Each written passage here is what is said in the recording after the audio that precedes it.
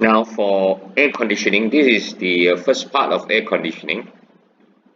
Now we will be looking into the terms, the technical terms on the definitions that is in air conditioning for this part. Now we'll be looking into the definition of relative humidity. We'll be looking into specific humidity, dry bulb temperature, wet bulb temperature, and the dew point temperature. Okay, so these are the 5 parts that we will be looking at. The definition of these 5 terms here. 1, 2, 3, 4, 5. Okay, now first thing is air conditioning. Okay, human beings weakness, because they want to feel comfortable. Now all humans need to feel a degree of comfortable. Okay, they want to live in an environment that is neither hot nor cold, neither humid or dry. Okay, so humid is a degree of wetness. Humid, okay, is actually the degree of wetness. Okay, now how much of moisture is in the air. Now however, comfort does not come easily, since the desires of humans' body and weather usually are not quite compatible. Okay, so that is why an air conditioning system is required. Okay, because of human comfortability. Okay, so the first thing is we are looking at dry and atmospheric air. Now, what is atmospheric air? Air in the atmosphere containing some water vapor or moisture. Usually air is a mixture of dry air or air itself with moisture and some other gases. But for this part of thermodynamics, we are not looking at other gases. We are only considering that air is purely of dry air. The atmospheric air is purely of dry air and moisture only. Okay, so dry air that contains no water vapor, is called the dry air. So water vapor in the air plays a major role in human comfort. Okay, too much of moisture, no good. Too little of moisture, too less of moisture, or no moisture in the air also is no good. Okay, now because of, as we have said, okay, the comfortability of human beings. Okay, so the recommended degree of wetness or humidity for the degree of comfortability is roughly around 70% humid, 70% humid. Okay, therefore it is an important consideration that air conditioning, okay, consideration in air conditioning applications. Okay, so moisture content, the moisture content in the air is very important in the consideration. So how much of moisture in the air is very important when you look into air conditioning system. Now based on Dalton's law, okay, based on Dalton's law, it says that the total pressure or the atmospheric pressure, it actually consists of partially dry air and partially water vapor. So PA is a partial pressure of dry air, and PV here stands for the partial pressure of water vapor. So when you take the partial pressure of dry air plus with the partial pressure of water vapor, you get a total pressure, or sometimes the atmospheric pressure. Now water vapor in the air behaves as if it existed alone. Okay, it existed alone and obeys the ideal gas relation that is PV equals to RT. Now, water vapor in the air, okay, you have to consider that it obeys the ideal gas law. That is, okay, they can use PV equals to RT here. Then atmospheric air can be treated as ideal gas mixture, mixtures of dry air and water vapor. So for water, we know that at 0 degrees C, now this can be found by referring to your property table. At 0 degrees Celsius, the enthalpy dry saturated water vapor here, okay, or dry saturated steam, okay, enthalpy is given as 2500.9 kilojoules per kg at 0 degrees C. The Cp is taken as, in average, it's taken as 1.82, which is in the range of -10 to 50. Okay, so usually we don't look at something that is greater than 50 or less than -10 in air conditioning. So the Cp, that is a specific capacity constant pressure for the mixture or for the water vapor, is taken as 1.82. See, this is actually the CPG. Okay, so therefore you can take the enthalpy of mixture, the enthalpy of the mixture, as Hg plus 1.82 multiplied by the temperature. So this temperature here, in the later part, it is being defined as the dry bulb temperature, the dBT. Okay, so this is the enthalpy of the mixture. Okay, so it's not the enthalpy of the mixture, it's the enthalpy of the water vapor. Now, specific and relative humidity. Now, what is specific humidity? Specific humidity is just a ratio of, okay, the mass of water vapor to the mass of dry air. The mass of water vapor to the mass of dry air. That is the symbol that we use, this omega here, known as the specific humidity. Now, this term here is very important, okay, and it is referring to this ratio, water vapor, the amount of water vapor in kg, divided by the amount of dry air. Okay, so or it is can be viewed as mass of water vapor over mass of dry air, or kg of moisture over kg of dry air, or it can be as 0.622 multiplied by the partial pressure of water vapor divided by total pressure or atmospheric pressure, total pressure or atmospheric pressure minus the partial pressure of water vapor. You can use this formula to calculate the specific humidity. The specific humidity. Okay, so that's specific humidity. We'll go into relative humidity in the later part. Now then, before we move further into this part here, the relative humidity, first we have to define what it means by saturated air and unsaturated air. Saturated air means the air is saturated with moisture. That means full with moisture. That means it won't be able to absorb or it won't be able to carry any more moisture at this stage. Saturated air.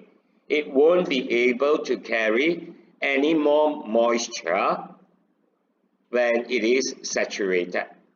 Okay, when it is saturated. And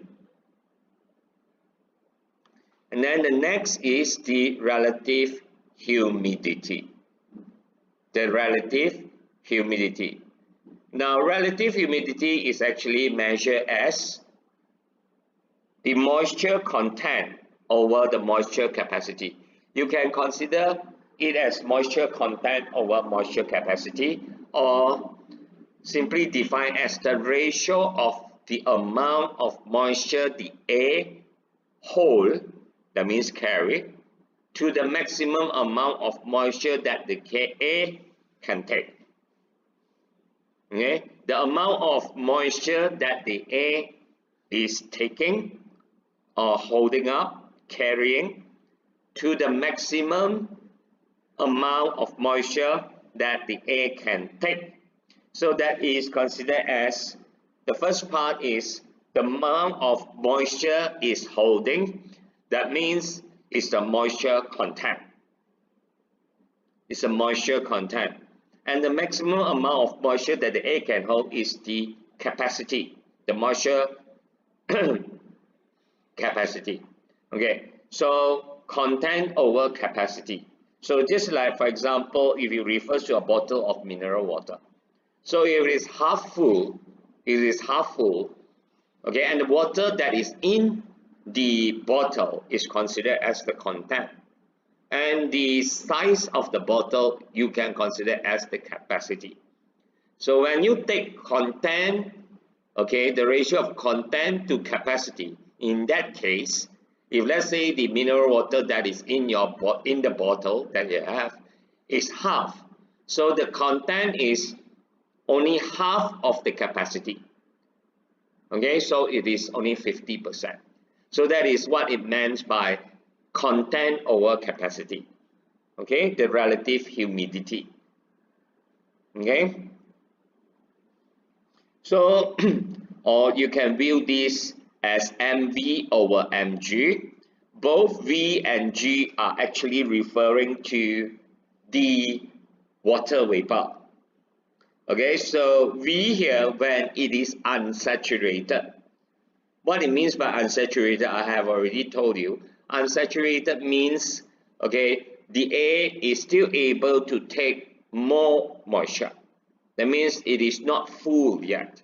When it is saturated, that means the A is already full, packed with moisture or water particles. It's packed with water particles.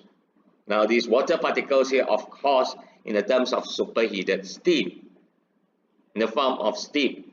Okay, so V and G here, both cases here, are referring to water vapor. This is when it is saturated. This one is when it is not saturated yet. So if you take this, okay, we know that, okay, as we have said, moisture or water in this case can be considered as obeying the ideal gas law. So we can say PV, that means they can use or apply, we can apply PV equals to MRT in this case. So since it is M, so you will have PV over RT. So that is your PV over RT. So the subscript V here refers to moisture for unsaturated A. G refers to vapor. V also refers to vapor, but vapor when the A is unsaturated. G here is also vapor when the A is saturated. So both the R, V and RG, in both cases, this should be RG. RV and RG in this case, they actually refers to water vapor over water vapor. So the R is a constant, so you can cancel it out. The temperature can cancel it out, and the volume also can be cancelled out because you are talking in terms of mixture, okay, in a container itself. Okay, so therefore whatever is remains is PV to PG. PV to PG. Now, the case before this specific humidity, I repeat one more time. Okay, specific humidity is the mass of water vapor to the mass of dry air, where relative humidity is the mass of water vapor when the A is unsaturated yet over mg, that is also the mass of water vapor when the A is saturated. So you must be able to differentiate between these two terms. This one is mass of water vapor over mass of dry air. And how to arrive to this formula? Remember again, moisture is considered as ideal gas here in this case. So they can follow the law of the ideal gas law. So that is PV equals to MRT. So this MV here, you can consider as P with subscript V, then V with subscript V over R with subscript V over T with subscript V, put into this. And for MA, that is for A, so you can use P for A, V for A over R for A over T for A. Substitute both that I've said just now into this equation, you will arrive to this formula here. So the RA we know is 0.2871, and the RV if you were to work out based on R naught over molecular mass, that is R naught is 8.3144 divided by the molecular mass of water, that is 18. That means 8.3144 divided by 18, you will get the specific gas constant for water vapor as 0.4619. Okay, so if you take 0.4619 over 0.2871 or 0.2871 over 0.4619, you will get to 0.622. Okay, you can derive the formula, this formula, on your own later on. So this is what you have. This symbol here represents relative humidity. You can use the symbol of phi, or you can use the symbol of RH. Okay, short notation. Okay, so that is for relative humidity, and that is equals to PV over PG. PV is called the partial pressure of water vapor. PV is the partial pressure of water vapor for unsaturated air. For the unsaturated air. That means when the air is unsaturated yet. PG is the partial pressure of water vapor when the air is saturated. When the air is saturated. Okay. So now, how does the air becomes saturated? As we know that air flows, okay, air is surrounding us, and air flows from one point to another point. Air flows based on the temperature difference. It will also flows based on temperature difference and etc. So it flows from one point to another point.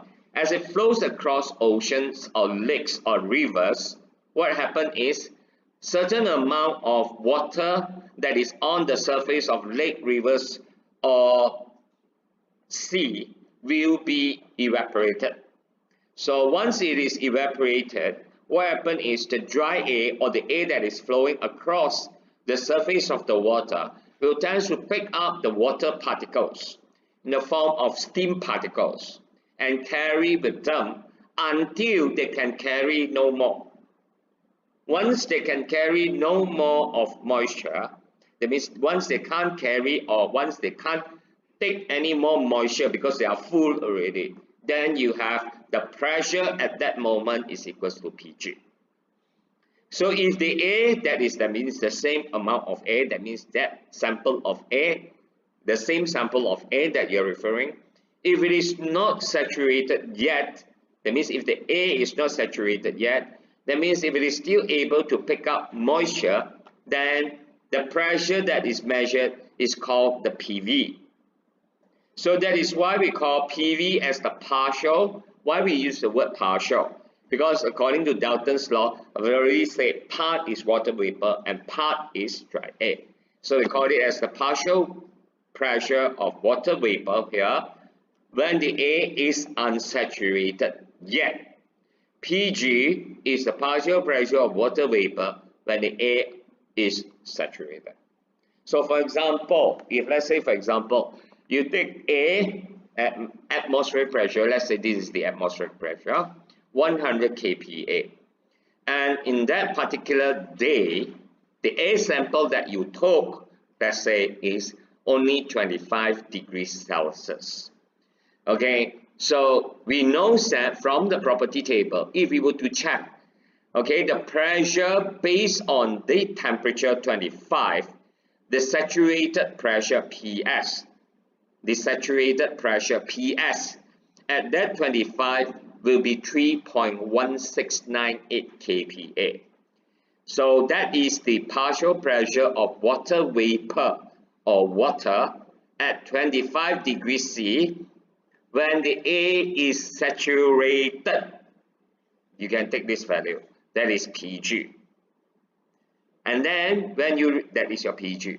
When your PV, let's say, is dry, that means no moisture content in the air, completely dry, 0, then the relative humidity will be equals to 0 over 3.1698. So the relative humidity definitely will give you a 0%. That means the air is super dry. Okay, super dry, that means without any moisture in it. PV is 0, dry air. For unsaturated air, the pressure PV here have not reached, we can say the pressure of the water vapor here has not reached the pressure 3.1698. If the air is unsaturated, please listen carefully. If the air is unsaturated, this pressure PV here will be less than the 3.1698. That is only when you take the sample of air at 25 degrees C. If you take the sample of air maybe at, let's say, 15 degrees C, okay, from the property table, you will be able to find the pressure as well, the saturated pressure based on 15. Then the pressure is no longer is 3.1698, it will be different. So then you measure the relative humidity based on the saturated pressure when the air is saturated. So PV depends on the sample of air that you are referring at that temperature, whether it's saturated or is not saturated, or is completely dry. So if it is completely dry, then this value here will be 0. If it is unsaturated, that means it still can take in more moisture, then the pressure of PV here should be less than this value here. If the air is saturated, then this PV value here would be equals to the 3.1698. So the relative humidity would be equals to 1. That means 100%. So if relative humidity is equals to 1, that means is humid. It is perfect humid, 100% humid. So that is the time where the rain starts, or the condensate from the clouds start to drop onto the earth. Starts. Okay. So when the water or the droplets of water or the rain drops onto the surface of the earth, the humidity is still 100%. The only thing is the water is being condensed when this value is equal to this value. Condensed and it drops out as water. The steam turns back to water and it drops from the sky. Okay, so that is the relative humidity. Bear in mind, if you see the word saturated air in your question, automatically we know that the relative humidity, the RH or the phi here, is equals to 1. If the question says dry air, then the relative humidity straight away is 0. If it is unsaturated air,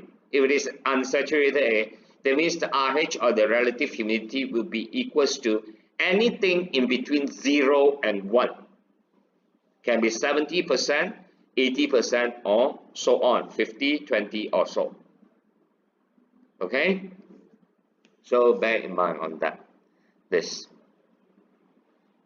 Okay, so that is this part. So and then this is the enthalpy of mixture. Now I have mistake just now. The Hg earlier is only for the water vapor. So for mixture, we have extra this part here. So we take HA plus HV. Now these are absolute enthalpy. Now this equation here you can form by considering the energy balance of the sample of air that you have.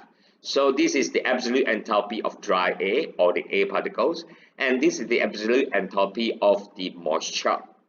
So we know that absolute enthalpy can be equal to the product of mass and specific enthalpy. So it can be rewritten as in this form. So, and if we were to divide throughout the equation, this equation here, look at my laser pointer. If you were to divide this whole equation with MA, so MA over MA will be 1. MV over MA is equals to what? The specific humidity. If you divide throughout this equation with MA, so MA over MA is 1. MV over MA is the specific humidity. So that is why you can see omega HV. This has become omega HV. So it is shown here. Divide the whole equation with MA, including this part. So if this you were to divide with MA, also you will get the enthalpy, actually the mixture. Okay, you can get the mixture. That is the mixture. So MA over MA is 1. MV over MA is omega. So this is the formula, the general formula that you have to use in order to calculate the enthalpy of air if it is mixed with water vapor. So if you have no water vapor, then this part here, omega HV, will be 0.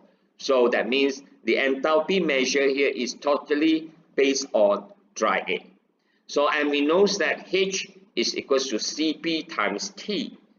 Cp is the specific capacity at constant pressure for air. What is the specific capacity for at constant pressure for air? It is 1.005. Standard value is 1.005 kilojoules per kg Kelvin. Cp for air. So multiplied by the dBT temperature, the dry bulb temperature in the later part. So what is dry bulb and what is dry bulb temperature? Now dry bulb temperature is actually the ordinary temperature of the atmospheric air. So that means that is normal temperature. Okay. If let's say for example you have a thermometer and you place in an open space where the air flows across, you will be able to measure a temperature, a pure thermometer, a conventional thermometer, one only. Okay, so when the air flows across, it will give you a temperature reading. That temperature reading is called dry bulb temperature. So that means that is the normal temperature of the surrounding air. So you mustn't touch it because our body heat will affect the temperature reading. So it's usually placed on something, okay, and then it is placed on the field or something. Okay, that is one single thermometer. Okay, we are not looking at the other one yet. Okay, so that will directly give you the temperature reading of the dry air. So that temperature reading that you got from the dry bulb device, we call it as a dry bulb device. That means a normal thermometer, which we call dry bulb device, will only give you a dry bulb temperature reading. Will only give you a dry bulb temperature reading. Now, what is dew point temperature then? Now, dew point temperature is the temperature at which dew formation start to take place. What is DEW? Can you see here? This is called dew. So if let's say for example, okay, it has been raining for the whole day. So when it reach to the evening time, when it is evening time, usually you will see, or early in the morning, you can see waters, droplets of waters is on the surface of leaves, grass, or petals of your flowers. Okay, the water is called dew. So the temperature at which dew is formed is called the dew point temperature. It's called the dew point temperature. Right. Okay, the temperature at which condensation begins when the air is cooled at constant pressure.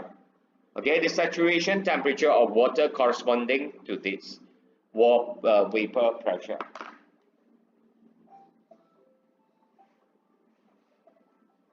Excuse me for a while.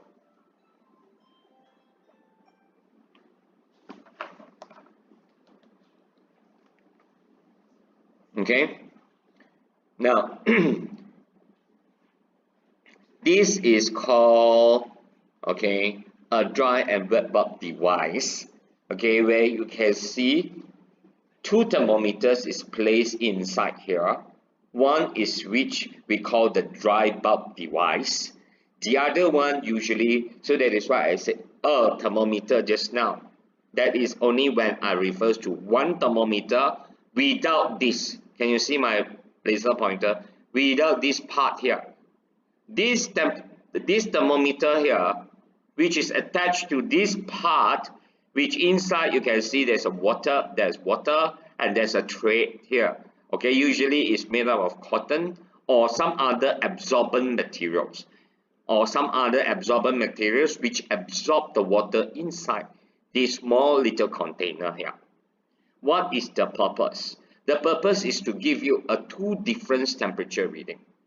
Now this thermometer, as you can see, look at my laser pointer, red color laser pointer. This is the dry bulb device. This is called the wet bulb device. As you can see, the reading of this is slightly higher than this reading.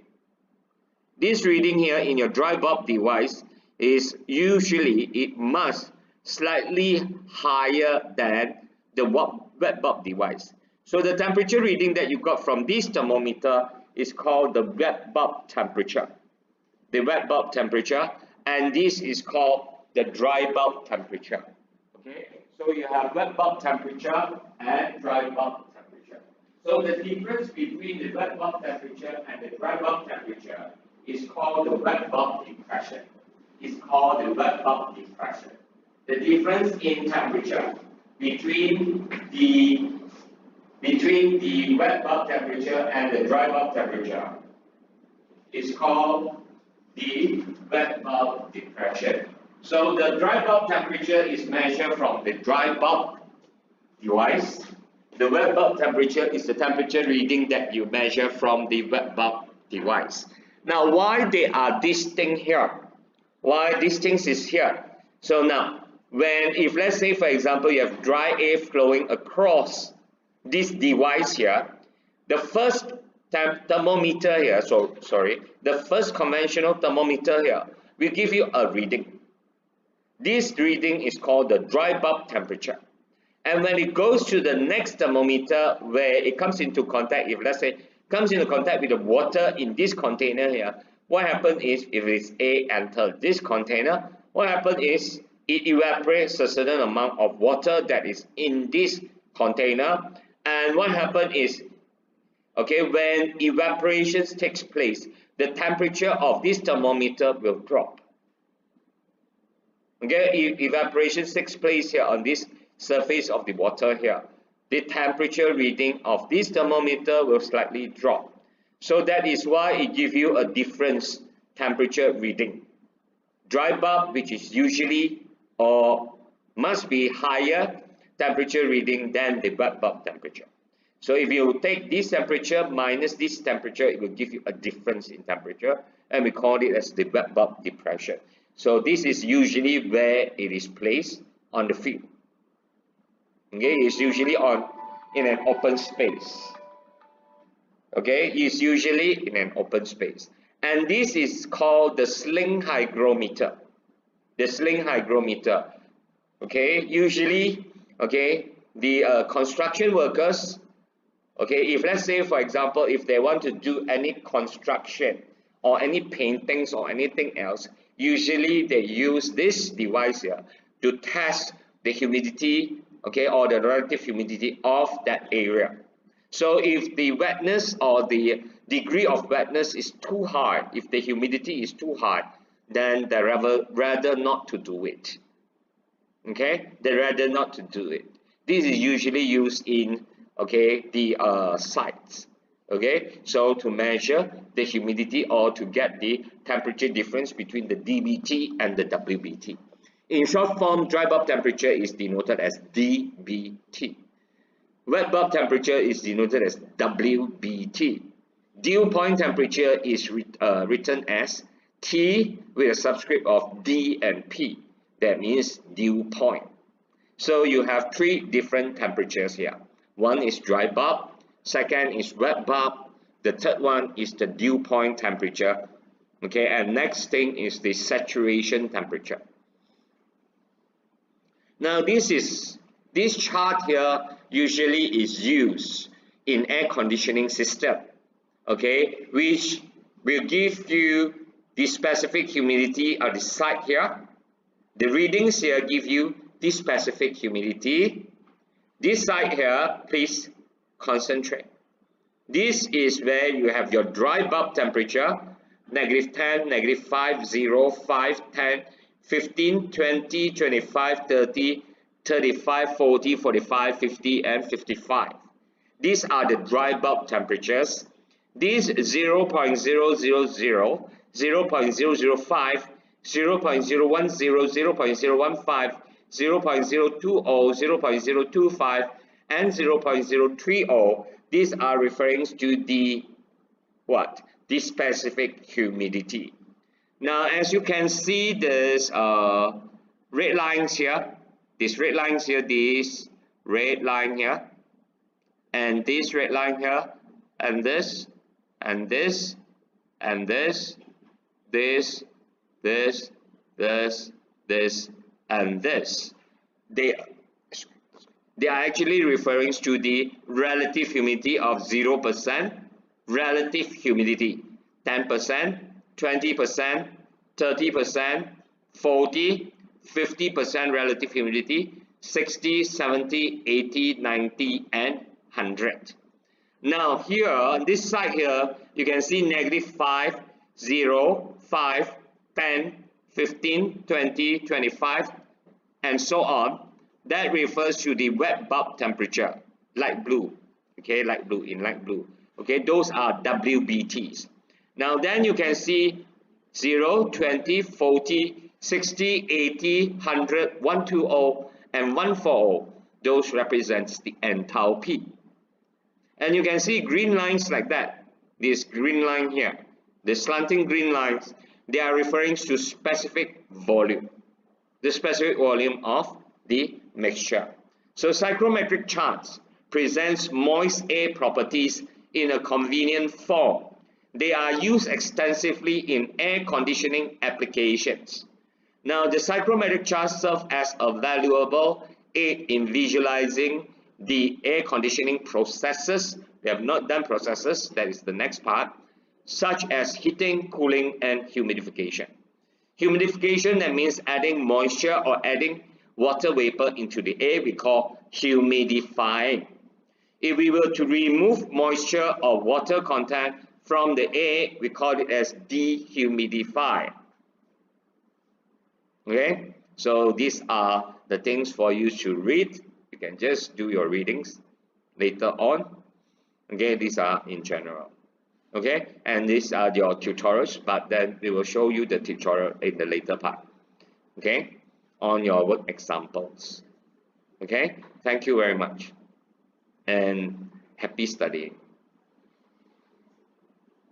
Okay, thank you.